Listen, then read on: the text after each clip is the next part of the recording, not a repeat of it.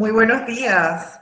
Sean todos bienvenidos. En nombre de la Secretaría Nacional de Ciencia, Tecnología e Innovación, les damos la más cordial bienvenida al Café Científico Biodiversidad y Conectividad Marina en el Pacífico Este Tropical. Saludamos a los panelistas que nos acompañan el día de hoy. La ingeniera Milagro Mainieri, directora de I+D de la CENACIT, el doctor Edgardo Díaz Ferguson, director ejecutivo de la Estación Científica Coiba IP, la doctora Inti Keith, coordinadora de investigaciones marinas del Programa de Especies Invasoras Marinas y Monitoreo Ecológico Submarial, coordinadora del Grupo de Ciencias CEMAR de la Fundación Charles Darwin. Y también un saludo a Felipe Landino de la Fundación Malpeo. Muchísimas gracias a ustedes por acompañarnos en este café científico. Para iniciar nuestro programa tendremos un mensaje del doctor Eduardo Ortega Barría, secretario nacional de Ciencia, Tecnología e Innovación. Vamos a correr video y le pido entonces a los panelistas que puedan apagar sus micrófonos y sus cámaras. Gracias.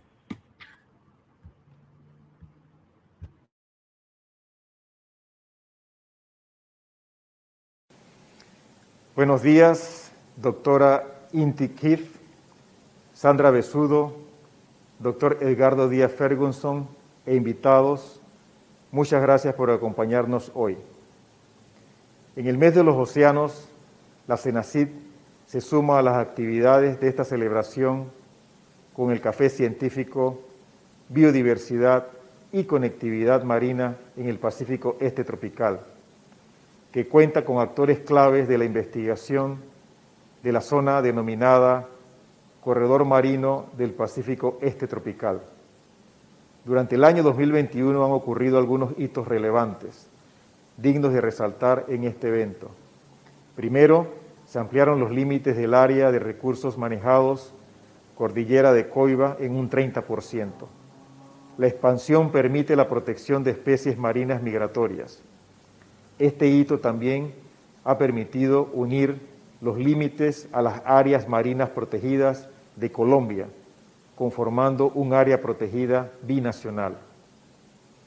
La segunda buena noticia es que estamos próximos a aprobar la Política Nacional de Océanos, que busca garantizar la biodiversidad y recursos marinos, la gobernanza, el desarrollo de una economía azul, el desarrollo de la ciencia, tecnología e innovación con el fin de satisfacer en el mayor grado posible el interés nacional mediante el uso pacífico de los océanos, tanto de las zonas jurisdiccionales como de alta mar.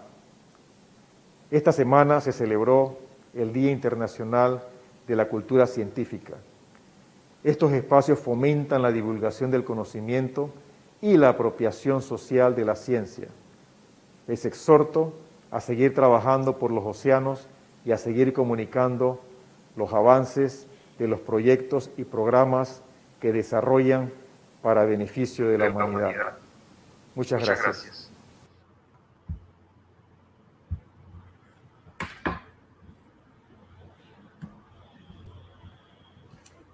Para entrar en materia, le cederemos la palabra a la doctora Inti Keith. Ella es bióloga marina senior del Programa de Especies Invasoras Marinas y Monitoreo Ecológico Submarial y coordinadora del Grupo de Ciencias CEMAR de la Fundación Charles Darwin. Inti ha trabajado en la SSD en diferentes proyectos marinos desde el año 2010, incluyendo marcaje de tiburones, monitoreo de tortugas marinas y monitoreo ecológico antes de completar su PhD en especies invasoras marinas en la Reserva Marina de Galápagos. Ahora lidera el programa de especies invasoras marinas y el programa de monitoreo ecológico submarial, además de ser la coordinadora del Grupo de Ciencias para la Iniciativa del Corredor Marino del Pacífico Este Tropical CEMAR. Es miembro del Grupo de Especialistas en Especies Invasoras de la Comisión de Supervivencia de Especies de la UICN-SSC y del Grupo de Especialistas de Plantas de Galápagos, además de tener colaboraciones con el Smithsonian Environmental Research Center de Southampton University y la Universidad de Málaga. Con ustedes, Inti Keith. Buenos días, muchas gracias por la presentación, es un gusto estar aquí con ustedes y muchas felicitaciones a los organizadores.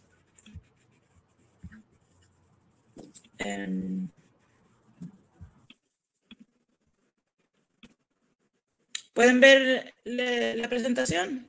Sí, podemos verla, gracias. Perfecto. Entonces, esta mañana voy a hablar con ustedes sobre especies invasoras en el Pacífico Este tropical y la importancia de los protocolos de bioseguridad en la región.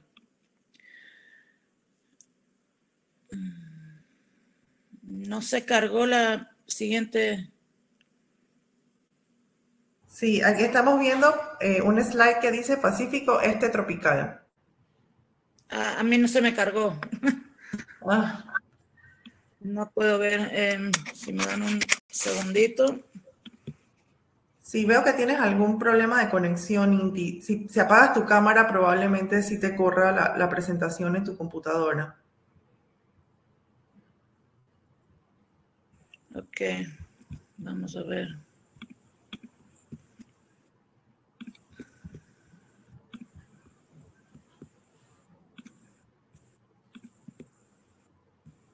Ahí estamos. Sí, perfecto. Gracias. Perdón por eso.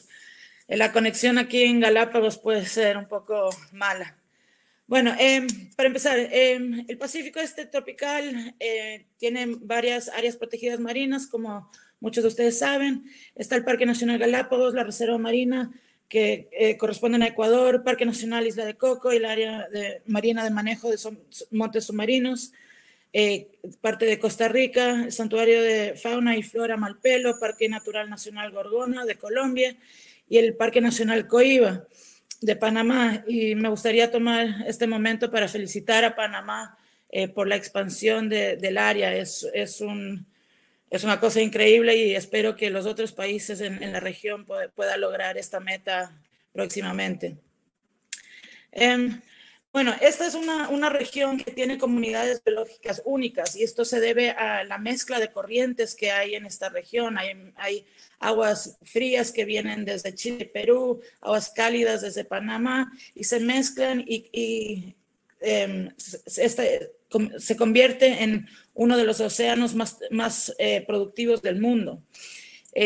Aquí se pueden ver pingüinos, corales, piqueros de patas rojas, peces tropicales, lobos. Entonces es una región increíble que tiene que ser conservada. Desafortunadamente, como en otras partes del mundo, hay amenazas y algunas de las amenazas las menciono aquí. Es la pesca ilegal, especialmente de especies migratorias como son los tiburones. Si se acuerdan, hace unos años en Galápagos se interceptó un barco chino que transportaba toneladas de tiburones y es un gran problema para la región porque hay rutas migratorias muy especiales aquí. Otro problema que tenemos es la basura marina, el plástico. Esto puede ser traído por corrientes, pero también estos barcos que están pescando alrededor de nuestras áreas protegidas botan esta basura al mar y terminan en las costas de nuestras áreas protegidas. Al igual que en otros lados del mundo, tenemos el problema del cambio climático y aquí tenemos la amenaza de los eventos climáticos del Niño que afectan a esta región. Y como en otros lados, también tenemos el tráfico marítimo que ha incrementado en los últimos años y esto puede traer especies introducidas. Y de esto es lo que voy a hablar más a fondo ahora. Las especies exóticas causan que las islas, nuestras áreas protegidas, estén en peligro. El aislamiento natural que tienen nuestras islas limitan la migración de nuevas especies, permiten que las especies establecidas evolucionen con pocos competidores y depredadores fuertes. Entonces, las especies invasoras introducidas por la actividad humana tienen efectos dramáticos en ecosistemas aislados y son una de las principales causas de extinción de especies. El 78% de las regiones costeras del mundo se ven afectadas por especies marinas exóticas, como pueden ver aquí en el mapa. Esto se piensa que es en la mayoría por el tráfico marítimo y anteriormente se pensaba que el mayor problema era el agua de lastre, pero ahora los estudios indican que en verdad las especies se transportan igual en agua de lastre, pero más en los cascos de los barcos, lo que es conocido como bioincrustaciones. También tenemos otros vectores de introducción, pero el tráfico marítimo sí es uno de los más riesgosos. Entonces, otros vectores de introducción que tenemos en los barcos que van de una región a otra, por ejemplo, por los canales como el canal de Panamá, el canal de Suez, pueden transportar las especies de un océano a otro mediante el agua de lastre o la bioincrustación en los cascos de los barcos. También la acuacultura y los acuarios también puede ser un vector de introducción. Y también la basura marina. Similar a los cascos de los barcos, las especies se pueden pegar a la basura marina y estas pueden ser transportadas. Tenemos los vectores naturales o propagación secundaria. Tenemos las larvas de especies que pueden ser llevadas por corrientes. Tenemos especies migratorias que a veces sin querer pueden llevar una especie adherida así. Y también tenemos los fenómenos climáticos como los tsunamis, que también recientemente hemos descubierto que especies pueden ser llevadas, por ejemplo, desde Japón a Estados Unidos debido a esto. Y como lo mencioné antes, tenemos el problema del cambio climático y como las aguas se van calentando en ciertos lugares, puede permitir que las especies se muevan de una región a otra.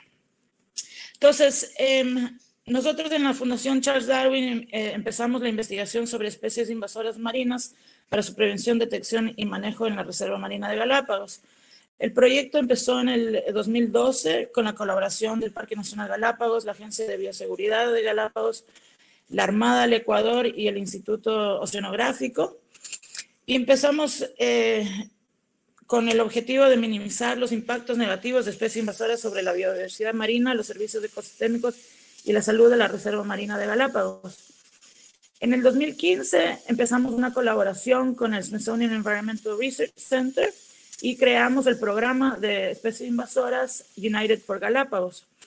Después, en el 2017, empezamos ya la colaboración regional gracias al marco del CEMAR. Y lo que el programa contiene básicamente y trabaja es la invasión de especies, la pérdida de hábitat, el cambio climático, el problema que las introducciones pueden causar a pesquerías que son importantes en la región, la calidad del agua y la basura marina. Entonces, volviendo al tráfico marítimo, la tasa de invasiones biológicas ha aumentado durante las últimas décadas debido al crecimiento del comercio mundial y el transporte y el turismo. Específicamente en Galápagos, aquí tenemos una población de más o menos 30,000 personas y esto va incrementando. También tenemos la visita de miles de turistas. En el 2019 tuvimos más de 270,000 turistas. 2020 fueron 70,000 por la pandemia y hasta ahora en el 2021 hemos recibido 38,000 turistas, pero esto significa que, como pueden ver, si los números regresan a lo que eran en el 2019, nosotros tenemos que traer los productos del continente y esto significa que vienen más barcos de carga.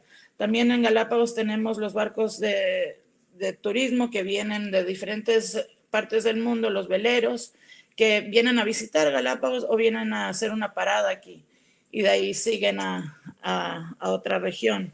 Tenemos barcos científicos, tenemos los barcos de pesca, entonces en Galápagos tenemos bastante tráfico marítimo que puede traer especies. Entonces, para tratar de averiguar qué especies han sido introducidas a la reserva, empezamos a trabajar con el Smithsonian y implementamos una metodología que ellos utilizan en las dos costas de Estados Unidos, en Panamá y en algunos sitios en el Caribe. Y se basa en usar placas de asentamiento con un peso encima que se cuelga de muelles o de boyas.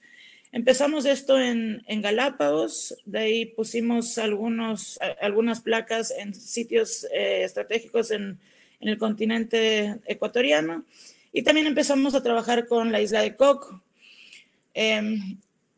Continuamos con la isla de Gorgona en Colombia, y teníamos como un plan llegar a Malpelo y a Coiba, pero pasó la pandemia y llegamos hasta ahí, pero estamos esperando que en el futuro próximo podamos colaborar con estas áreas protegidas.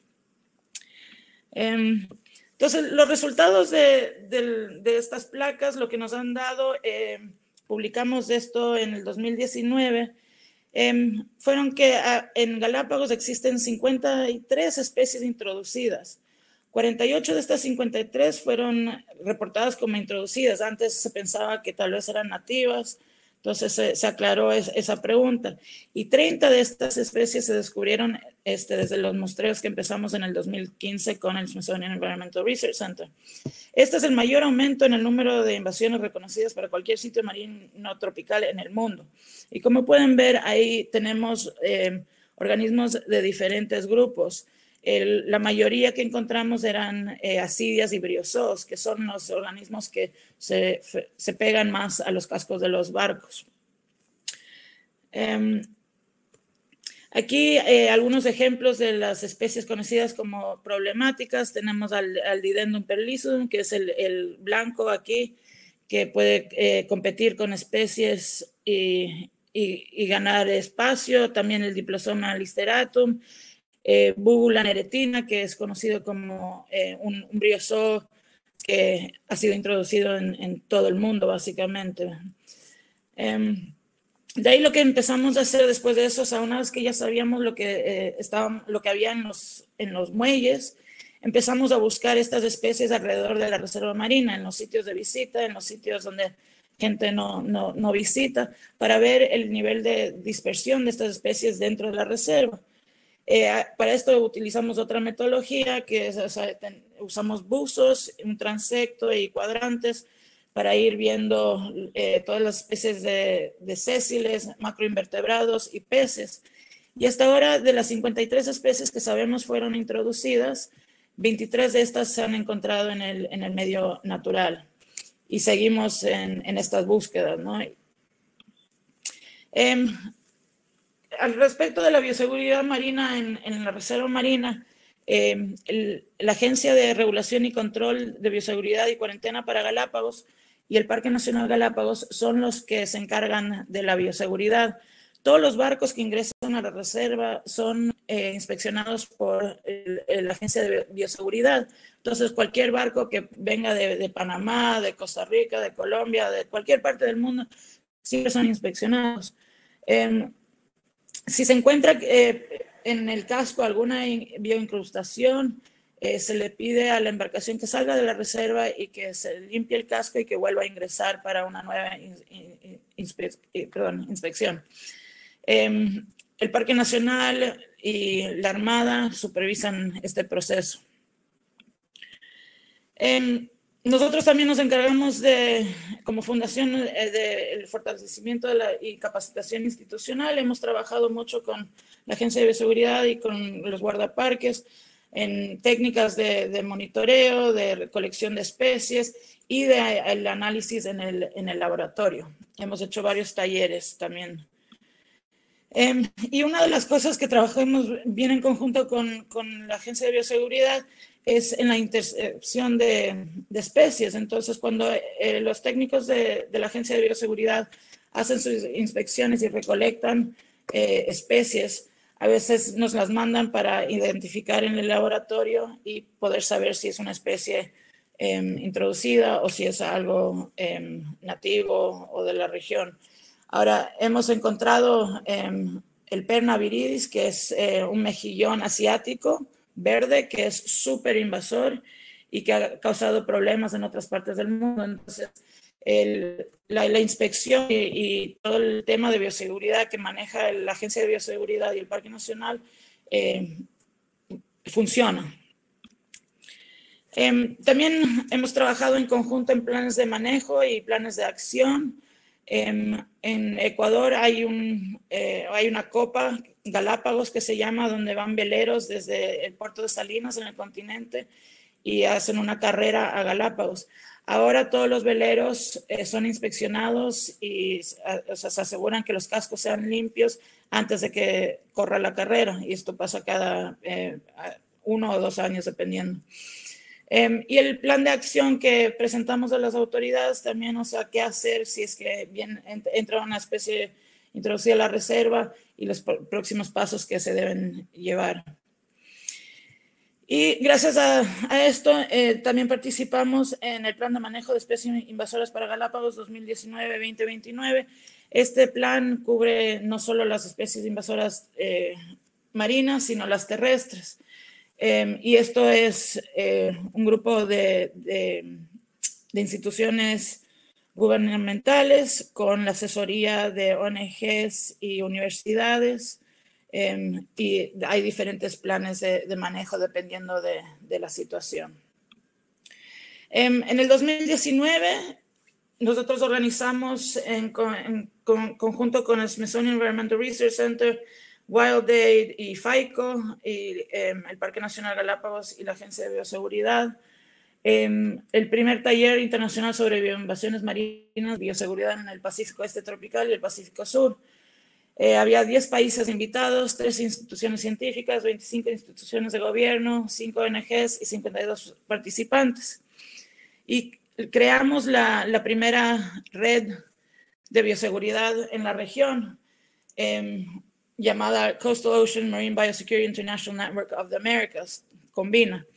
Entonces, con esto, o sea, queríamos hacer otro taller y iba a ser en Panamá con la ayuda de la gente del Smithsonian, pero cayó la pandemia y no hemos podido tener otro taller, pero justamente era para tratar de hablar sobre los protocolos que deberíamos compartir entre las diferentes áreas protegidas, porque sabemos cómo ocurren las invasiones, también sabemos cómo prevenir las invasiones, pero el gran desafío es promover la bioseguridad no solo en un lugar, sino implementar un enfoque regional coordinado entre todos los países. Entonces, con esto, la Fundación Charles Darwin ha empezado a buscar fondos y fuimos afortunados de ganar un fondo con el Blue Action Fund en colaboración con WildAid y Island Conservation. Es un proyecto grande donde cada institución tiene su componente. El objetivo general es fortalecer la conservación en las áreas protegidas de Galápagos y Coco mediante la expansión del área protegida, la implementación de mejores estrategias de manejo y apoyo a las economías locales. Entonces, WildAid tiene un componente sobre control y vigilancia, Island Conservation tiene un componente sobre el trabajo que hace en Floreana y especies introducidas terrestres, y nosotros en la Fundación tenemos el componente 2, que es se desarrollarán sistemas para monitorear y administrar de manera efectiva la bioseguridad marina para Coco y mejorar para las áreas protegidas de Galápagos y puertos asociados. Entonces, hemos empezado el trabajo en Galápagos, como los mencioné, pero vamos a continuar el trabajo en la isla de Coco, buscando especies en los muelles, en Punta Arenas, en los muelles aquí en Galápagos y en las áreas protegidas. Esta información vamos a subirla a bases de datos que estamos creando. La base de datos que está casi lista para Galápagos, pero vamos a hacer una igual para la isla de Coco. Está basada en la base de datos que maneja el Smithsonian, que se llama Nemesis, pero va a haber una para Galápagos y una para Coco, y si esto funciona, la idea es hablar con los otros países y las otras áreas protegidas y replicar esto. En estas bases de datos la información saldrá como el dashboard, donde se puede ver la información rápido y hacer un intercambio de información para los manejadores de una manera muy efectiva. También vamos a realizar evaluación de riesgos, modelando los mecanismos de dispersión y teniendo en cuenta variables como los eventos climáticos y la circulación oceanográfica. Hemos empezado el trabajo en Galápagos. Parece que no se mueve, pero aquí sí se puede ver que cuando las temperaturas cambian, las corrientes cambian de dirección. Entonces eso es muy importante para cómo las especies pueden llegar. Y con esto, con toda esta información, el plan es desarrollar protocolos de bioseguridad marina efectivos para la isla de Coco y actualizar lo de Galápagos para mejorarlo. Y esto lo haremos con las instituciones gubernamentales, como es el Parque Nacional Galápagos, la Agencia de Bioseguridad, y en Costa Rica con el SINAC y Área de Conservación Marina de Coco, y con nuestros socios en Costa Rica, FAICO. Entonces, como pueden ver en esta gráfica, o sea, lo más importante es la prevención y no esperar a que lleguen las especies y de ahí tratar de hacer manejo. Siempre la prevención es mucho más barata y funciona de mejor manera. Una vez que una especie se asienta, es muy difícil erradicarla en el medio marino. Nuestros socios actuales, quisiera agradecer a todos por la participación en el programa durante todos los años y los donantes actuales de la fundación que hacen que estos proyectos sean posibles. Muchas gracias.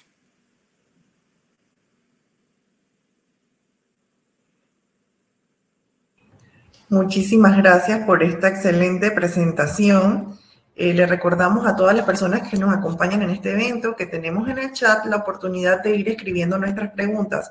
Les agradecemos que escriban a qué panelista le hacen la pregunta y hay un botoncito al lado, un circulito gris, lo presionan hasta que salga rojo, que es de pregunta. Gracias. Vamos a seguir con el programa. A continuación tendremos la participación del doctor Edgardo Díaz Ferguson. Es licenciado en Biología de la Universidad de Panamá, cuenta con una maestría de Ecología Marina de la Universidad de Costa Rica, un posgrado en Educación Superior y un doctorado en Biología Animal y Genética de Organismos Marinos de la Facultad de Ciencias del Mar de la Universidad de Cádiz, en España. Ha realizado 3 experiencias postdoctorales en los Estados Unidos de América, en la Universidad de Washington, en el Departamento de Pesquerías, en la Universidad de Florida, en el Departamento de Biología y Ecología, y en la Universidad de Georgia, en el Departamento de Genética. Cuenta con más de 35 publicaciones científicas. Ha sido profesor de Oceanografía Biológica y Ecología de Comunidades Marinas en la Universidad Marítima de Panamá y desde el año 2018 es el director ejecutivo de la estación científica Coiba IP. Adelante, doctor, bienvenido. Buenos días y gracias por la oportunidad y por considerar a Coiba IP para este importante evento, a la CENACYT y al Café Científico. Bueno, me invitaron a hablar de biodiversidad y conectividad y, bueno, una maravilla porque son mis temas favoritos, donde diría que el 60% de mi carrera he dedicado a trabajar tanto en biodiversidad como ecología, como en conectividad como una variable clave para entender los movimientos y la biología y ecología de las poblaciones marinas. La charla pues la he dividido en 4 partes, un poco sobre el Pacífico Este tropical y el archipiélago de Coiba en ese contexto, Coiba IP como un nuevo centro de investigación para la región, biodiversidad y conectividad, conceptos de importancia de comunidades marinas y luego los retos para la región en base a conectividad. ¿Se ve bien? No pregunté, pero creo que... Sí, se ve bien. Gracias. Vale. Bueno, el Pacífico Este tropical creo que ya Inti explicó la importancia que tiene, pero bueno, es probablemente la extensión de áreas protegidas marinas más grande de Latinoamérica y una de las más importantes del mundo por temas de endemismo, por temas de biodiversidad y por temas principalmente de ser un corredor migratorio, y esto es conectividad. Pertenece a la provincia panámica y la parte de áreas protegidas se extiende desde Costa Rica, Isla del Coco, Panamá, Isla de Coiba, Malpelo y Gorgona en Colombia y el archipiélago de las Galápagos en Ecuador. Pero el Pacífico tropical del Este pues se extiende ya desde de Villaliguedos en México, hasta el sur del Ecuador. Y es una zona considerada una zona de acumulación de biodiversidad y una zona de gran conectividad. Esa conectividad es debida principalmente a la existencia de corrientes oceánicas que facilitan este transporte larval e incluso los movimientos poblacionales de especies de megafauna. Y también tiene importancia en el tema de oceanográfico porque ocurren eventos de afloramiento importantes a lo largo de este corredor que hacen oscilar la estabilidad temporal y la biodiversidad de forma espacial y temporal a lo largo del mismo. Este corredor y esta área importante a la cual pertenece Isla Coiba en Panamá, pues cuenta con aportes de especies del Indo-Pacífico, desde luego de la provincia panámica, circunglobales, es decir, especies que están cosmopolitas, y hay una fuerte relación de especies con el Caribe, ya que recuerden que una vez estuvimos unidos hasta que el levantamiento del Istmo de Panamá realizó esta separación importante entre especies del Pacífico y el Caribe. Importante dato que el 30% de las especies marinas del planeta depende de la funcionalidad de este gran ecosistema. Y es una de las zonas de mayor endemismo tanto de género como de especie. Y bueno, en especies terrestres también existe un gran endemismo en la zona. Coiba IP, como una nueva IP desde el 2018, con sede en Clayton, pero con operacionalidad en la provincia de Veraguas, principalmente en el Golfo de Chiriquí, ha tratado de levantar información de conectividad y biodiversidad en algunos taxas y tratar de ver su relevancia con referencia a otros puntos del Pacífico Este tropical, de este gran corredor, el cual ya mencioné anteriormente. ¿Por qué esa importancia de Coiba? Pues una zona de anidamiento y reproducción para 4 especies de tortugas marinas, zona de endemismo y rango restringido para múltiples taxas, 80% de la superficie de bosque húmedo tropical es virgen, conectividad regional demostrada para tortugas, elasmobranquios, corales y peces, parte esencial del corredor, como ya lo hemos mencionado, área protegida de mayor extensión de la República de Panamá, la isla más grande del Pacífico centroamericano, y un punto caliente de diversidad ya demostrado para equinodermos, corales y peces, y estamos trabajando en otros taxas que no se ha determinado que es un punto de caliente, pero que pensamos que sí lo es, como por ejemplo el mesozooplancton. Bueno, simplemente para ilustrar la gran diversidad de especies de vertebrados e invertebrados que existe en la zona. Y luego, debido a esa relevancia, la Secretaría Nacional de Ciencia da esta iniciativa de la creación de un centro de investigación para Panamá y yo diría que para la región, porque Coiba tiene esa relevancia a lo largo del corredor y nuestra principal, digamos, misión es ser un centro, un eje logístico y operacional donde se puedan crear esas capacidades de investigación y educación que permitan el entendimiento de esta biodiversidad y esta conectividad, no solo en Panamá, sino a lo largo del corredor del Pacífico Este tropical. Y como misión, ser una IP consciente y enfocada en tratar de resolver aquellos problemas de conservación que tiene el Parque Nacional Coiba y más allá del Parque Nacional Coiba a través de la ciencia y la tecnología. Nuestro objetivo principal es realizar acciones de promoción e investigación de la ciencia para proteger y estudiar la biodiversidad y los recursos naturales del Parque Nacional Coiba, del Área Especial de Protección Marina y de sus áreas conexas. Contamos con un plan estratégico 2018-2023 con 3 principales programas. Vamos a hablar un poco más del programa de investigación el día de hoy y de nuestros objetivos de desarrollar vínculos de cooperación y establecer un programa de educación, promover y apoyar la investigación y la ciencia a nivel nacional e internacional y de luego canalizar las investigaciones que se realicen desde Coiba a otras áreas de la República de Panamá y compartirla con nuestros colegas del Corredor Marino del Pacífico Este tropical.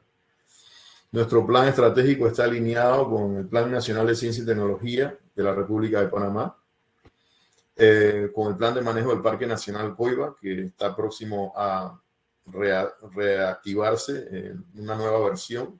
El próximo año esperemos que sí. La Política Nacional del Océano, que se está trabajando en ella, y está también alineado con las resoluciones, retos y metas que tenemos como país y como parte de esta biosfera en el Decenio Internacional de las Ciencias Oceánicas, cumpliendo también y alineado con los Objetivos de Desarrollo Sostenible de vida marina, vida terrestre y acción por el cambio climático. En estos 3 años y medio de actividad de la Estación Científica Coiba, que inicia el 8 de enero del 2018, hemos dado pasos significativos para la consolidación de un grupo de investigación con 27 investigadores asociados, 2 investigadores de planta, 10 proyectos activos, 6 tesis de maestría y licenciatura que están activas actualmente. Ya se han publicado unas 35 publicaciones con afiliación de Coiba IP. Tenemos 12 alianzas estratégicas. Hemos realizado 3 cursos de campo, el curso de ictiología, el curso de ecología del zooplancton tropical y el curso de ecosistemas tropicales marinos. Somos parte de la comisión en la elaboración de la política de los océanos e inauguramos el 23 de abril el primer laboratorio de ecología marina y oceanografía insular de Panamá y Centroamérica en Isla de Coiba. Y por primera vez Panamá ocupa la presidencia del Congreso Latinoamericano de Ciencias del Mar. Desde aquí extendemos la invitación a todos los participantes y principalmente a nuestros colegas de Ecuador y de Colombia. Y bueno, ¿qué hace Coiba IP? Tenemos áreas críticas de investigación, como son escalas, dimensiones y procesos que alteran y mantienen la biodiversidad, conectividad, microescalas regional y global, procesos ecológicos, modelaje, procesos evolutivos en diferentes taxas, biografía de islas y filogeografía, restauración ecológica, control de la erosión y recuperación de áreas degradadas, sostenibilidad y gestión de pesquerías, bioprospección, linología, ecología de ambientes acuáticos, oceanografía física, química y biológica, cambio climático, interacciones oceanomórficas, arqueología subacuática y gobernanza.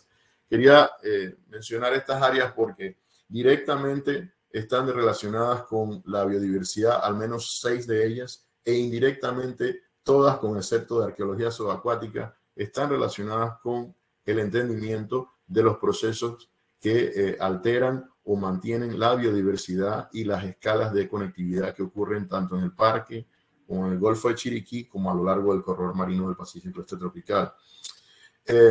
¿Por qué es importante el estudio de la conectividad en ambientes marinos? Sabemos que el océano es un fluido multidimensional que cubre un sustrato geológico en el cual los organismos se mueven libremente. Algunos tienen la capacidad de nados, los organismos nectónicos, otros viven a la deriva, pero muchos de ellos, prácticamente el 70% de estos organismos, tienen historias de vidas complejas que requieren acople de eventos pelágicos, que requieren movimientos en la columna de agua y que están a la deriva en algún momento de su historia de vida. Eso implica conectividad, movimiento, intercambio.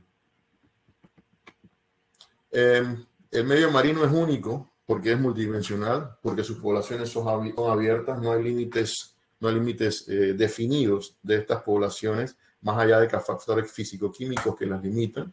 Es el más grande y diverso de todos los ecosistemas, probablemente el menos estudiado a nivel de bioma.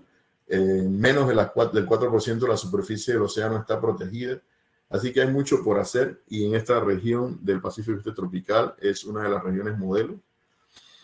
En cuanto a la biodiversidad marina, la definimos como variabilidad de la vida en todas sus formas y dimensiones y es muy alta a nivel marino, con unos 35 de los 36 filos del reino animal ya tienen representantes marinos, 14 filos son exclusivamente marinos y unas 250.000 especies han sido descritas, lo que representa aproximadamente un 16% de la biota total, pero se piensa que puede llegar a ser más de 10 millones de especies, aunque que no han sido descritas. Y lo importante para hacer la conexión con conectividad es que el 70% de estas especies tienen estadios de desarrollo pelágico. Y hay organismos, pues, desde el más pequeño hasta organismos de 25 pies de largos. También es rico y diverso en plantas marinas con más de 7.600 especies. Hay un enlace entre conectividad y diversidad que me gustaría mencionar porque a veces no lo tenemos claro. Lo que vemos un organismo adulto, sésil, o vemos un organismo nadando, pero no sabemos que estos organismos han pasado por un proceso en la columna de agua o que sus poblaciones su origen poblacional no es exactamente donde lo vimos. Sabemos que la biodiversidad por ello se retroalimenta de la conectividad, de ese movimiento, de esa migración, dispersión. Y con esta información podemos tener una mejor predicción de los centros de origen y acumulación y podemos conocer los números efectivos de migrantes los números efectivos poblacionales y los individuos que participan en la reproducción. Pero, ¿qué es la conectividad en definición? Pues se define como un intercambio de partículas, materiales, nutrientes, contaminantes, organismos y genes entre regiones oceanográficas o geográficas. Inicialmente, los que ya tenemos más de 40 años y hemos pasado por un proceso de educación formal en biología marina, el término conectividad es bastante reciente. Cuando en los 90 se hablaba, en los tiempos de Gunnar Thorson, de Eskeltema, Bruce Mange y los padres de la ecología marina, que también fueron los padres de la ecología larval, el término conectividad era muy poco utilizado. Entonces se hablaba de dispersión larval o se hablaba de flujo genético, y en otros casos se hablaba ya cuando era migración de individuos que podíamos medir esa capacidad, ese movimiento. Entonces podemos dividirla en demográfica, como intercambio de elementos poblacionales entre zonas geográficas, oceanográficas; genética, cuando hablamos de intercambio, de esa conectividad de genes, y no solo ese movimiento de propábulas o de posibles individuos, sino la incorporación de estos individuos a través de estos genes en las pozas génicas de las poblaciones. Y una vez esto ocurre, podemos medir si esta conectividad ocurre de forma histórica o ha ocurrido de forma a largo plazo evolutivamente, o es una conectividad reciente, por ejemplo, como mencionaba Inti, en el caso de las especies invasoras, entran a un sistema y quisiéramos saber su conectividad reciente, cómo se están moviendo. ¿Por qué es importante la conectividad? En sistemas marinos diríamos que la conectividad es una de las variables más, si no la más importante, por el hecho de que 70% de estos organismos tienen un desarrollo pelágico. Es esencial para conocer la dinámica poblacional, biografía, filografía y estructura genética de las poblaciones, comprender el mecanismo de retroalimentación y protección de la biodiversidad, conocer dónde son estos centros, de dónde provienen los animales, establecer corredores marinos, como propiamente se hizo en 2004 en el establecimiento de este corredor marino del Pacífico Tropical Este, unidades de conservación y áreas protegidas transnacionales, monitoreo y manejo de las poblaciones marinas, ya que nos da un mejor estimado de la dispersión larval y la migración, y nos permite evaluar la resiliencia y la salud ecosistémica, una variable de importancia para conocer cómo se puede recuperar un ecosistema de un evento. Y además son parte esencial de los atributos que son considerados para declarar un área marina protegida. Para declarar un área marina protegida debe haber evidencia de conectividad, debe haber evidencia con otras áreas, conectividad con otras áreas protegidas, local, regional, y desde luego la parte de biodiversidad es importante para declarar un área protegida. Hay varias formas de medir la conectividad dependiendo de la pregunta de investigación que estemos realizando, modelos biofísicos y datos poblacionales de forma tradicional a través de la ecología larval, el periodo de dispersión larval, conocer la zona de dispersión, la abundancia y diversidad de los progenitores y probablemente el trayecto de las larvas, conocer los patrones de asentamiento de las poblaciones y las zonas de reclutamiento. Y también se puede realizar inicialmente estudiando movimientos de partículas, y en organismos más grandes ya están los tags satelitales y sensores de monitoreo. Se pueden establecer modelos pasivos de advección y difusión, los cuales desarrollaron en algunos casos para corales, principalmente para larvas de corales, Roberts y Cohen, y que pueden ser modificados para otras especies. Y recientemente, en los últimos 20 años, pues se ha incorporado lo que son los métodos moleculares para esto se llama conectividad directa, y los modelos biofísicos y datos poblacionales como conectividad indirecta de una población. Y la forma de medir esa conectividad directa es a través de marcadores moleculares, donde podemos determinar el acervo genético de una población, pero también podemos dar su trazabilidad, de dónde vienen, hacia dónde van, y conocer su origen, lo cual es muy importante a la hora de realizar planes de manejo. Asimismo, en el tema pesquero, cuando hablamos de conservación de especies para aprovechamiento pesquero, es esencial, y la FAO ya lo ha determinado, definir los stocks genéticos y las unidades de manejo a fin de que el aprovechamiento de estas especies de importancia pesquera sea sostenible. Ambas variables están influenciadas por la biología de estos organismos, y debemos conocer la biología de estos organismos, las historias de vida, los periodos de dispersión, las densidades, los factores que afectan sus densidades, como son la sobreexplotación, el cambio climático, la fragmentación de los hábitats y la introducción de especies invasoras también es una variable de importancia afectando la diversidad y la conectividad en algunos casos. ¿Qué se ha hecho en el Pacífico Este tropical? Se han hecho varios esfuerzos, sobre todo desde que inició el corredor en 2004. El número de investigaciones ha incrementado para corroborar esa existencia de migración y de movimiento a lo largo de esta zona geográfica y oceanográfica. Se ha demostrado conectividad en tortugas, corales hermatípicos, octocorales, cetáceos y elasmobranquios.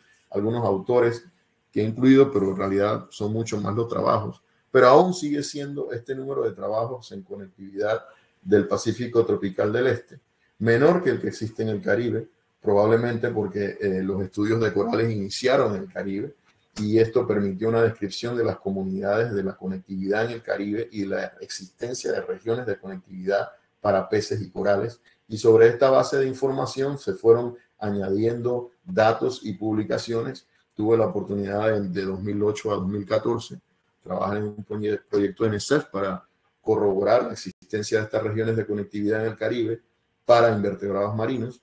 Y luego en el Pacífico creo que hay mucho por hacer, pero ya hay un camino recorrido sobre todo en megafauna, y ahora el reto sería incluirlo para taxa de invertebrados y algunas especies de peces. ¿Qué estamos haciendo desde COIBAIP? Bueno, como les mencionaba, iniciamos en 2018, ya hemos estado colaborando en proyectos de conectividad a microescala, a nivel regional y a nivel global. Y recientemente, por no decir tan reciente, que el día de ayer fue aceptada una publicación en Frontiers of Marine Science sobre la conectividad de organismos de animales nómadas de tiburón ballena que han pasado aguas panameñas, y una evidencia de este movimiento regional y global que ocurre en el Pacífico Este tropical. Esta información podría permitir a futuro ampliar o mejorar las rutas de migración de algunas de las especies, no solo de las estudiadas. Tenemos proyectos, por ejemplo, escalas múltiples de diversidad y conectividad, que incluye estudios entre islas e isla-continente de los factores tanto de diversidad desde el punto de vista de especie, población, comunidad, como también a nivel genético. También a nivel temporal, conocer esta conectividad y diversidad, si es contemporánea e histórica, la parte evolutiva, la riqueza y diversidad relativa en cada uno de estos sitios y ecosistemas, incluyendo también una parte terrestre que inicialmente se inició con anfibios y reptiles, pero que probablemente pudiésemos ampliar a otros taxas. Y bueno, a posteriori comparar las regiones de conectividad establecidas ya para megafauna y otros taxas con nuevos taxas que estamos incluyendo y generar una base de datos genéticos de estos organismos. Asimismo, estamos trabajando en múltiples escalas de diversidad y conectividad en la ictiofauna de 3 ríos del Parque Nacional Coyo y en la estructura poblacional, diversidad genética y conectividad de tiburones del género Mustelus, una tesis de licenciatura de la Universidad Marítima Internacional de Panamá. Muy interesante los resultados que vamos obteniendo. Para cuáles son los retos de la región y qué importancia tiene la conectividad. Hay un trabajo de Murawski en el 2009 donde habla que los procesos para interpretar los cambios como la diversidad, productividad, resiliencia y conectividad son esenciales para incluirlos en la caja de herramientas o en las herramientas que se toman para la toma de decisiones. Entonces, requerimos estos datos de diversidad y conectividad para lograr la meta que tenemos en este decenio y sobre todo en el corredor marino del Pacífico tropical del Este, de océanos resilientes, productivos, seguros y saludables.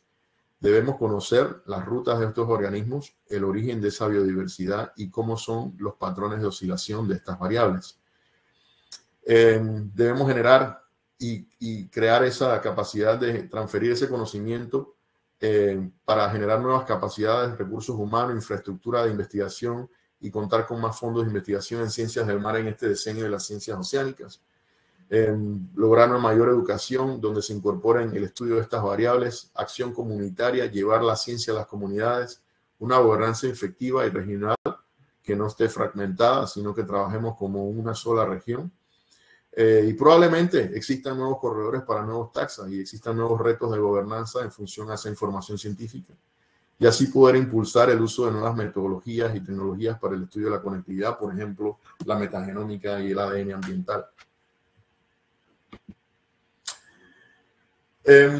Para una mejor aproximación a estudiar las poblaciones marinas, la diversidad y la conectividad son esenciales, sobre todo cuando hablamos de áreas protegidas marinas como modelos. Digo que las estrategias de cambio para el estudio de las comunidades marinas deben incluir escalas múltiples de diversidad y conectividad, y desde la conectividad incluir conectividad demográfica, genética y oceanográfica, incluir las fuerzas evolutivas que afectan estas poblaciones, las alteraciones humanas e impactos, y de luego los impactos y luchar contra la acción del cambio climático de manera grupal y desde luego con información científica a nivel regional, generando una metadata que nos permita una colaboración efectiva, una mejor gobernanza y una planificación espacial marina transfronteriza, para así lograr el incremento de ese porcentaje de áreas marinas protegidas y asumir los retos de este decenio. Panamá lo ha hecho y creo que podemos lograr que nuestros vecinos también lleguen a esa meta 2030 en los años venideros. Yo le doy las gracias primero a Café Científico por esta invitación, a CENACYT, a nuestros aliados estratégicos y colegas de investigación que trabajan en diferentes proyectos con nosotros. Y bueno, gracias a todos.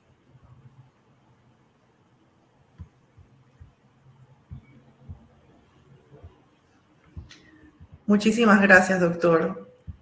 A continuación, tendremos la participación de Felipe Ladino, de la Fundación Malpelo, ecólogo de la Pontificia Universidad Javeriana. Felipe se ha enfocado en los ecosistemas marinos, donde se ha especializado y apasionado por la conservación y el estudio de poblaciones de lasmobranquios. Es parte del equipo de la Fundación Malpelo desde mediados del año 2014 y durante su tiempo en la fundación fue ganador del International Training Course de CLP 2015 con el proyecto de tiburón ballena. Está encargado de hacer seguimiento a los proyectos, monitoreos al plan operativo anual de SFF Malpelo. Bienvenido, Felipe. Adelante. Hola, muchas gracias por la presentación. Les voy a hablar un poco sobre el trabajo que ha realizado en la conservación del Santuario de Fauna y Flora Isla de Malpelo en Colombia y del trabajo que hemos realizado a partir de este amor que tenemos por los tiburones. Bueno, para que se ubiquen un poco, aquí les ubico Malpelo. Se localiza a 500 kilómetros de la región costera de Colombia y es la punta de una cordillera submarina que cae a 4.000 metros de profundidad. En el Santuario de Fauna y Flora Malpelo tenemos dos épocas bastante marcadas. La primera es la de verano, tiempo seco, que va entre enero y mayo.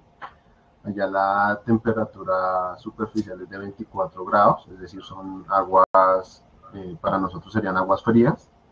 Tenemos termoclinas someras y tenemos una alta productividad. Esta es una imagen de lo que nosotros vemos en esa época. No podemos ver tu presentación en este momento. ¿Puedes intentar compartir pantalla, por favor? Dame un segundo. Sí. ¿Listo? Ahora sí, listo. Adelante. Ok.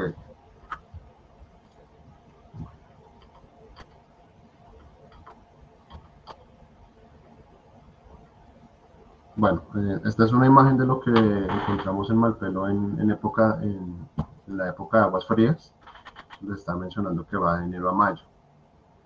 Es una época en donde se congregan los tiburones martillo.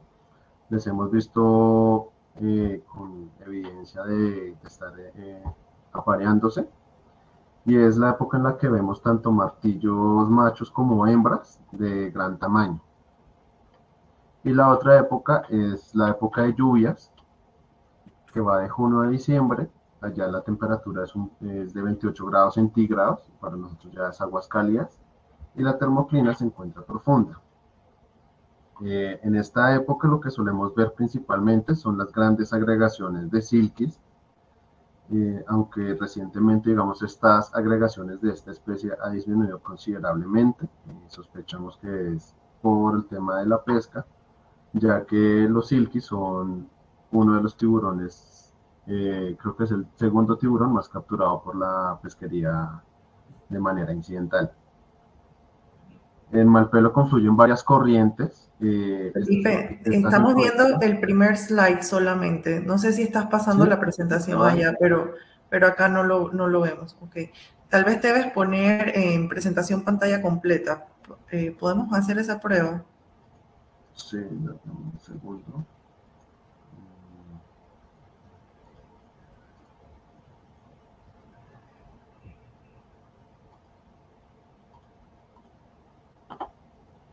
No. Ahora sí.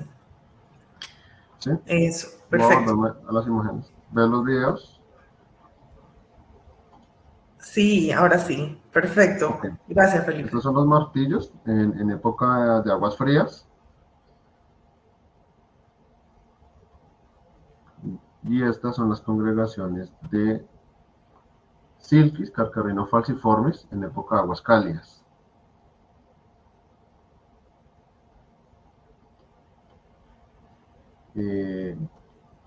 Bueno, en Malpelo se han encontrado las principales amenazas, que son la pesca ilegal, que es la que tiene mayor incidencia. También pues hay un poco de incidencia con malas prácticas de buceo y el uso indebido de las zonas de amarre, principalmente antes de que se empezara a trabajar de manera fuerte con la Fundación y Parques Nacionales. No habían boyas de amarre y los barcos solían lanzar sus anclas, lo cual pues estaba arruinando el fondo marino. Antes de ser área marina protegida, pues Malpelo era un destino pesquero debido a que los recursos del continente empezaron a colapsar y se dio esta demanda de aleta de tiburón más o menos en 1990. Entonces era común encontrar embarcaciones pesqueras haciendo lo que es la práctica conocida como el aleteo. La isla de Malpelo tiene 1.2 kilómetros, entonces digamos que en comparación a las otras áreas del CEMAR, es una isla bastante pequeña. Estas son embarcaciones pesqueras que se observaban allí pescando frente al santuario. También habían embarcaciones atuneras. Y bueno, era bastante común encontrar tiburones y varias aletas en los techos de estas embarcaciones. Inclusive en esta imagen, si pueden observar, hay un tiburón ballena que fue capturado por una embarcación atunera.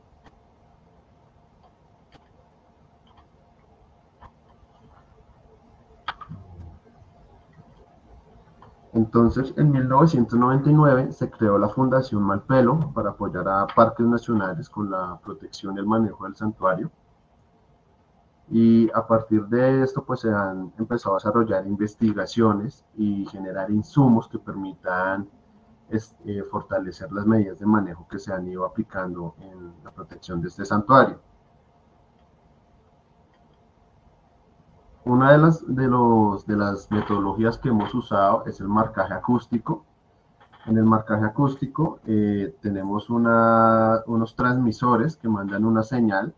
Esta señal es un número y nosotros se lo instalamos en la base de la aleta dorsal del tiburón, y esta señal, cuando es captada por unos receptores que tenemos instalados alrededor de Malpelo, registra el número del animal, la fecha, y con eso nosotros podemos saber cuándo los animales han estado ahí, principalmente para medir hábitos de residencia en el santuario. Pero esto nos ha ayudado a tener datos regionales, ya que muchos científicos de diferentes instituciones usan la misma metodología y hemos encontrado que un tiburón de Malpelo puede ir a Galápagos, puede ir a Coco, y esto ha permitido que se desarrolle los temas de Migramar, que ya más adelante les mencionaré. Aquí ahora tenemos una marca satelital. Esta marca se le instala de igual forma al tiburón, y esta marca lo que hace es que va captando, se va geolocalizando y va guardando esa información de en dónde se está moviendo el tiburón. Con eso nosotros podemos hacer un seguimiento continuo del tiburón. Actualmente hay unas marcas que funcionan con GPS y estas necesitan que el tiburón se acerque a la superficie. Es decir, se puede usar en tiburones ballena, en martillos, en silkies, y cada vez que el tiburón se acerca en superficie, la marca manda una señal en tiempo real mostrándonos la ubicación del animal. Aquí les voy a mostrar un video de lo que es el proceso de marcaje de los tiburones. Principalmente los hacemos en apnea, ya que de esta manera es más fácil acercarse a los tiburones, pues las burbujas los suelen asustar.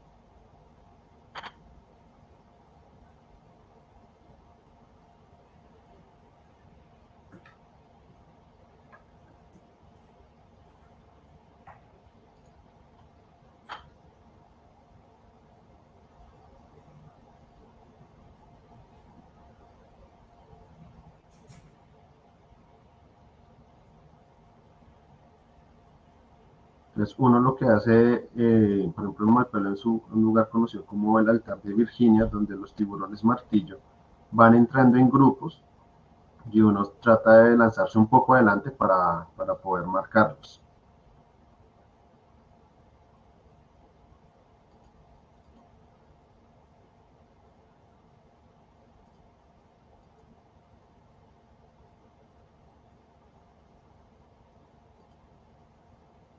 Y vemos cuando ya está uno cerca del animal, le dispara el dardo y este se inserta ahí en la musculatura.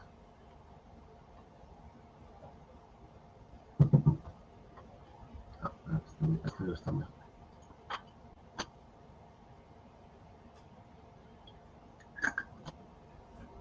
Ya queda la marca atada.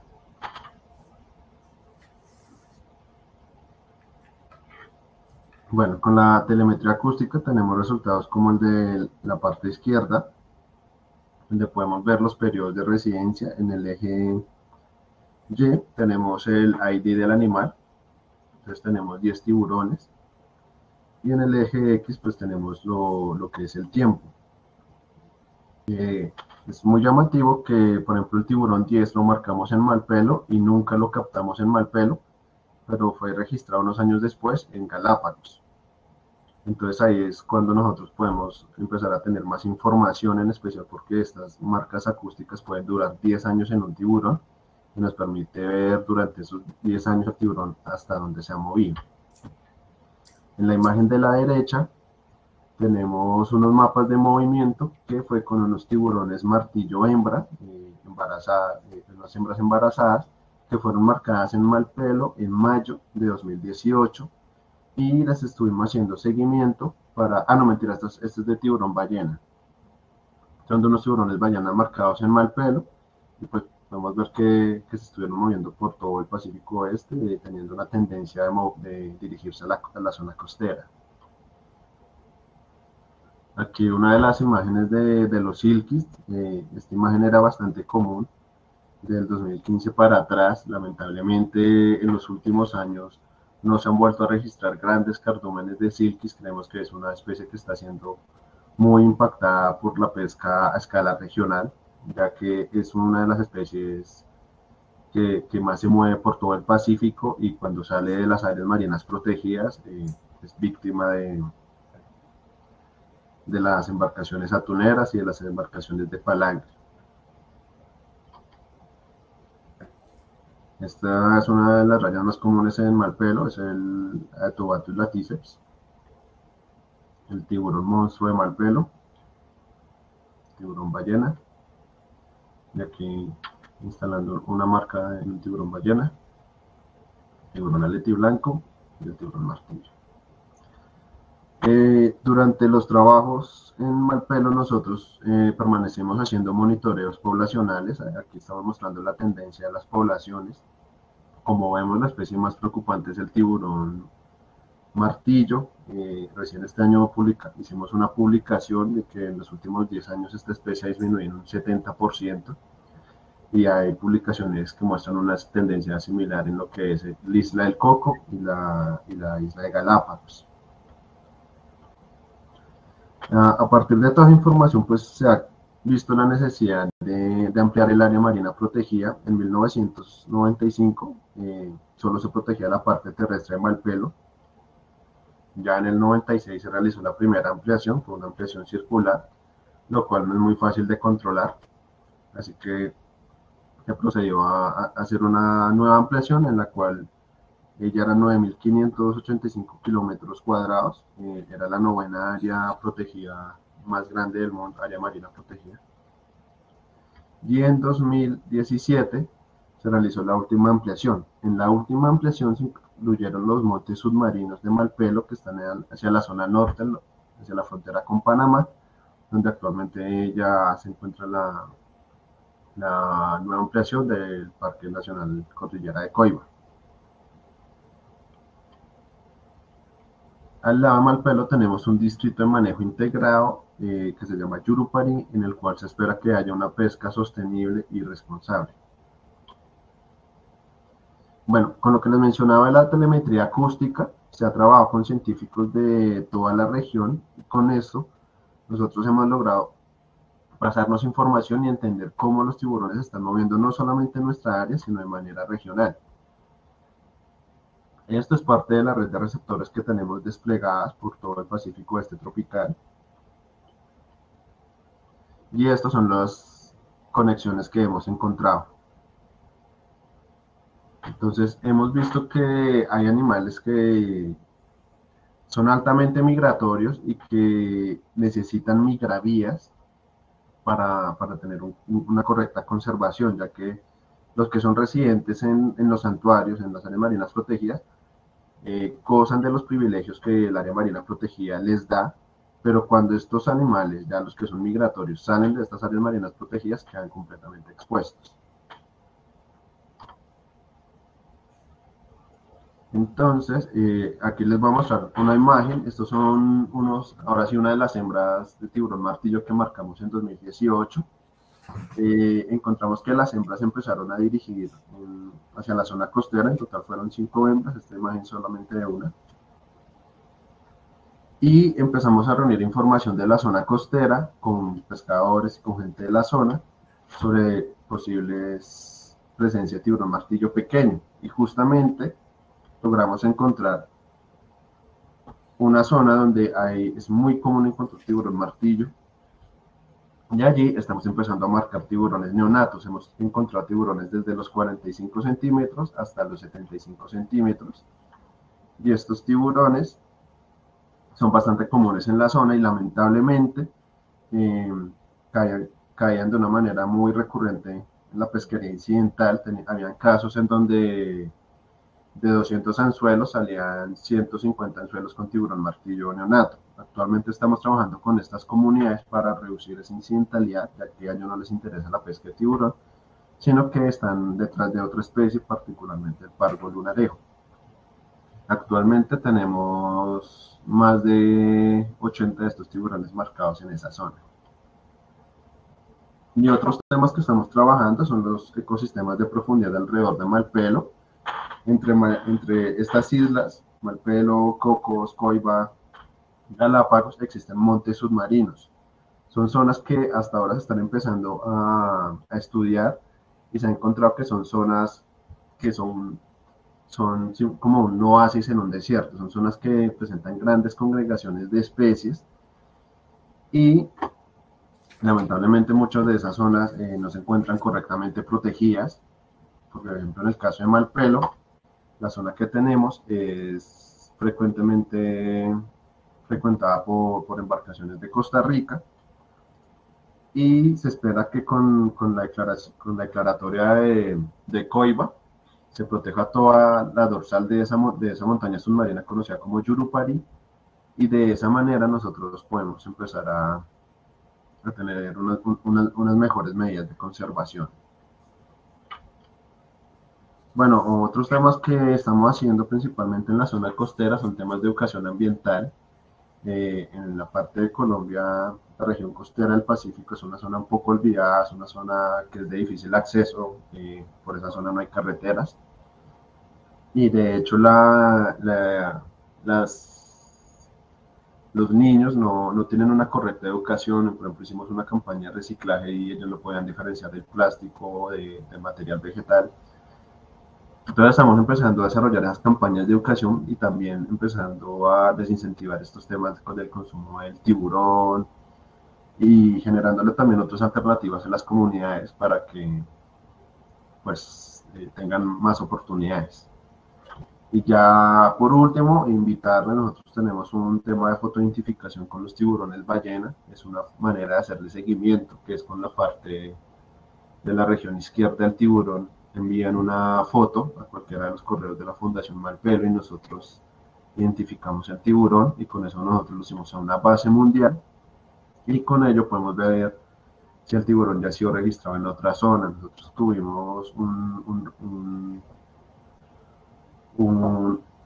registro en Galápagos de un tiburón malpelo de un tiburón que se había fotografiado en Malpelo. Entonces también nos empieza a dar un poquito de información sobre cómo se están moviendo estos animales. Les quiero agradecer a nuestros principales donantes y colaboradores. Gracias.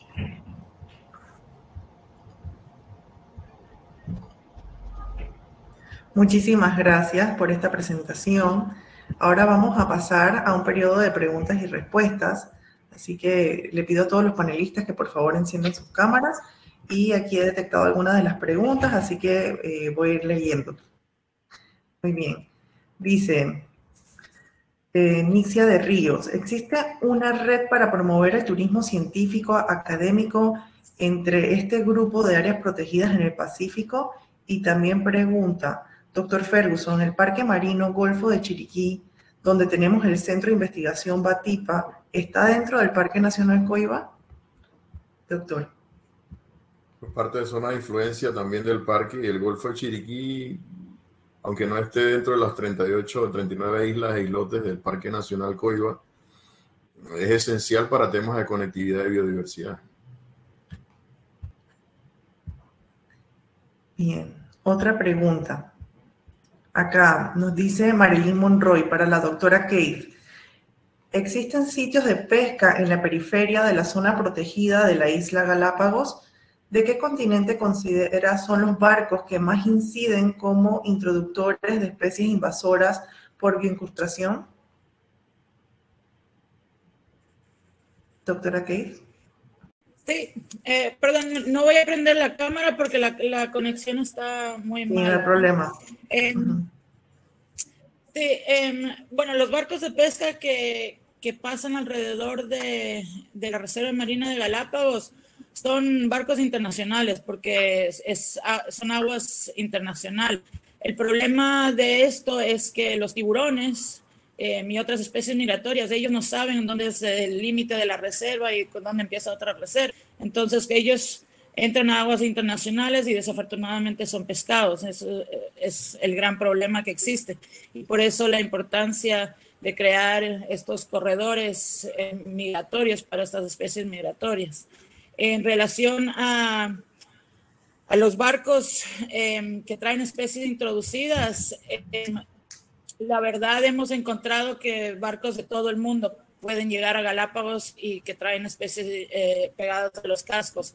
No hay un lugar que traiga más o menos. Lo que sí influencia es los barcos que paran en diferentes países antes de llegar a Galápagos y no limpian los cascos, entonces podrían traer muchas más especies de diferentes regiones. Y si la región es así en el otro lado del mundo, entonces sería una introducción mucho más fuerte. Muchas gracias. Otra pregunta es para el doctor Ferguson. ¿Considera usted que las políticas nacionales permiten la conservación de los organismos donde se ha demostrado conectividad? Esta es una pregunta de Litsi Serrano. Bueno, las políticas están hechas, tenemos mucha legislación. El tema es la implementación y cómo se da seguimiento a la política. Muchas veces, pues, necesitamos fortalecer capacidades de infraestructura, más gente en campo de las instituciones encargadas de ejecutar dichas políticas. Y nosotros como científicos, nuestro deber es producir ciencia, llevar esta ciencia a las comunidades y que las mismas comunidades sean las que le comenten a los actores que toman estas decisiones y que llevan a cabo los planes de manejo cuáles son los problemas existentes. A veces la población desconoce la importancia de las especies y los gobiernos a veces no conocen cómo implementar la política o no tienen la capacidad de implementar la política. Otra pregunta para usted, doctor. Referente a los peces cobia que se escaparon de un criadero en Ecuador hace 5 años, ¿se ha tenido reportes de capturas de ejemplares en las zonas aledañas a Coiba o en alguna zona del Pacífico panameño? ¿Se tiene reportes y han podido reproducirse? Es una pregunta de Calixto Barrera. Yo creo que hay un reporte de cobia, creo que el profesor Vega lo hizo, está también en la sala, no sé si quiere comentar, pero sí creo que hay un reporte de cobia en el Pacífico. Gracias. Nixa de Ríos dice, ¿qué posibilidad ven los panelistas que se establezca una red integrando estas áreas protegidas para fomentar el turismo académico científico? El que quiera responder. Yo creo que la red ya existe, ¿no? Es el corredor marino del Pacífico Este Tropical y el tema que es el corredor es algo, no tiene legislación, no hay una ley. Es un grupo de países que se unen en función a proteger un área, pero no hay una legislación o una ley y por tanto cada país va haciendo esfuerzos a su modo y en base a las capacidades con las que cuentan. Y creo que el siguiente paso, y ya está establecido, es que haya una legislación detrás de esta iniciativa del corredor marino para entonces implementar acciones en conjuntos. Las acciones cada país tiene sus acciones. Nosotros en Coibaipé tenemos acciones de turismo científico, pero no necesariamente son unas acciones coordinadas a través de una red regional. Esa es mi respuesta de este lado. Gracias. Muy bien, esas son las preguntas que tenemos del público. A continuación, le cederemos la palabra a la ingeniera Milagro Mainieri, que nos dará un mensaje. Adelante. Gracias, María Gabriela, y también a los 3 panelistas por las excelentes intervenciones. Me corresponde solamente dar las palabras de cierre y desde la CENACIT es un gusto poder realizar este café científico de biodiversidad y conectividad marina en el Pacífico Este tropical, el cual, tal y como mencionó el doctor Eduardo Ortega en su intervención inicial, se realiza también en el marco de la celebración del Mes de los Océanos. Con la realización de este café científico hemos podido escuchar a lo largo de todas las intervenciones de los 3 investigadores, que a su vez son gestores de investigación científica en sitios claves del corredor marino Pacífico Este tropical, sobre el valor de estas áreas, sobre la biodiversidad, el alto endemismo y la conectividad de los mismos, al igual que las amenazas y los riesgos a los que están sujetos cada una de estas áreas. Estas fortalezas, retos y desafíos comunes resultan también una oportunidad de trabajo colaborativo y creo que eso también lo hemos podido evidenciar en la participación de las preguntas de los participantes del café científico. Un trabajo colaborativo que permite un trabajo en red, el cual esperamos que pueda verse fortalecido en el tiempo, con proyectos de investigación científica en conjunto, con acciones de generación de capacidades para la región y también acciones de ciencia ciudadana, como mencionaba Felipe, que permitan la conservación de estas áreas. Obviamente resalto lo mencionado por el doctor Edgardo Díaz Ferguson sobre la creación de una red regional. Creo que desde hace algunos años lo veníamos conversando. INTI también nos acompañó hace algunos años en un evento en Panamá y creo que apuntábamos a que eventualmente también con la creación de la estación científica del Parque Coiba pudiera apuntarse a ese fortalecimiento regional que tanto han mencionado a lo largo de todas las intervenciones. INTI, no puedo dejar de mencionar el interés de que puedan materializar las acciones que tenían previstas para realizar en Panamá. Cuenten con nuestro apoyo en caso de ser necesario. Y de igual forma quisiéramos también exhortarlos a poder presentar proyectos conjuntos en marco de la convocatoria, ya sea los que tienen Senacid para fondos concursables o cualquier otro recurso al que puedan aplicar. Creo que podemos, tenemos las suficientes justificaciones para presentar proyectos regionales en el marco de estos recursos concursables, así que los exhorto a mirar en esa vía y a poder trabajar de manera colaborativa tal y como lo han estado haciendo hasta este momento. No puedo finalizar sin agradecer a Inti, a Edgardo y a Felipe y a toda la audiencia que nos han acompañado en el día de hoy en el Café Científico con su nutrida participación, así que muchas gracias a todos. Muchísimas gracias. Quiero pedirles a los panelistas, a ver si es posible, Inti, sé que tienes problemas de conexión, pero intentemos encender la cámara para tomar una fotografía para nuestras redes sociales. Felipe. Felipe, ¿puedes encender tu cámara? Ya la tiene encendida. Sí, pero no sale. Bueno, tomaremos esta foto y después buscamos otra donde salga Felipe. Una sonrisa ahí, por favor. Listo, muchísimas gracias. Y muchísimas gracias a todas las personas que nos han acompañado hoy.